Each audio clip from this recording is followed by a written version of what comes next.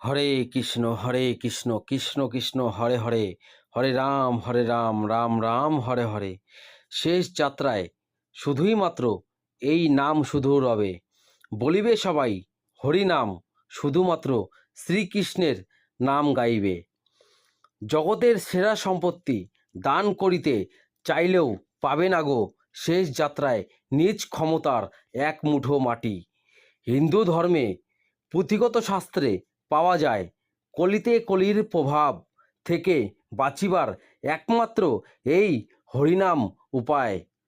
সময় থাকিতে বুঝিয়া গেছেন যারা এই মধুর হরিনামের অমূল্য রতন, কেবলমাত্র তারাই শুধু আজ আনন্দে আত্মহারা এই হরিনামে গাইছে নাম ও কীর্তন।